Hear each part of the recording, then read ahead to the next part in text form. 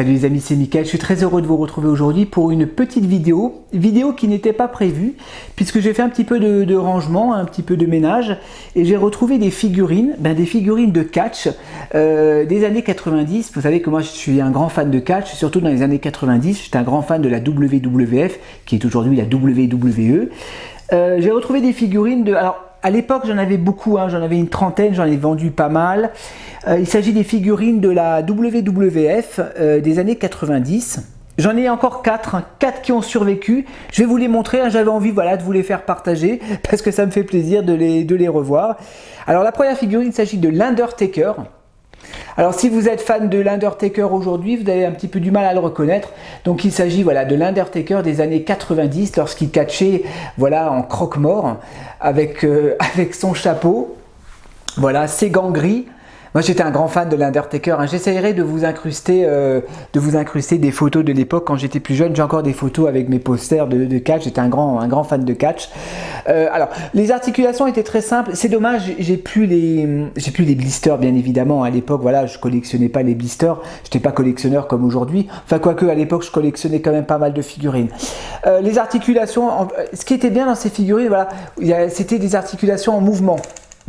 Vous pouvez jouer avec, vous pouvez leur faire des prises, quelques articulations au niveau des poignets, au niveau des bras, au niveau de la tête un petit peu, la tête se tourne pas beaucoup, pas beaucoup de points d'articulation, il y en a 1, 2, 3, 3-4 points d'articulation, pas plus, mais je vous dis à l'époque j'avais le ring, j'en avais une trentaine, j'étais vraiment un grand fan de catch, j'adorais ça. Donc l'Undertaker qui était un de mes personnages favoris, j'étais fou de lui à l'époque, Mark Calaway. Qu'est-ce que j'ai encore? J'ai encore un des Bushwhackers. Vous savez, les Bushwhackers, c'était deux catcheurs un petit peu foufou comme ça, qui venaient comme ça, ils dansaient, ils se léchaient, ils s'embrassaient, ils étaient un peu tarés. Voilà, les Bushwhackers. Alors lui, je sais plus si c'est Butch ou Luke, je me souviens plus, ou Luke. Point d'articulation, les bras, et la taille. Donc je vous le montre de plus près. Butch, avec sa tenue militaire, avec ses dents, il avait qu'une dent, je sais plus si c'est Luke ou Bush, je sais plus exactement. Un des Demolitions, Axe et Smash. Donc je vais vous le montre également, le paint il est un petit peu morflé, là lui il est un peu morflé au niveau du paint, là c'est un peu dégueulé, au niveau du torse c'est un petit peu dégueulé également. Donc pareil, articulation en mouvement, paf, pour donner des coups de coude. 1, 2, 3, 4 points d'articulation, pas plus.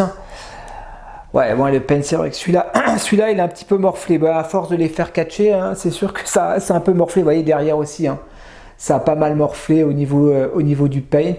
Et le dernier, donc Earthquake. John Tenta qui malheureusement nous a quitté il y a quelques années déjà, John Tenta qui avait un cancer de la vessie.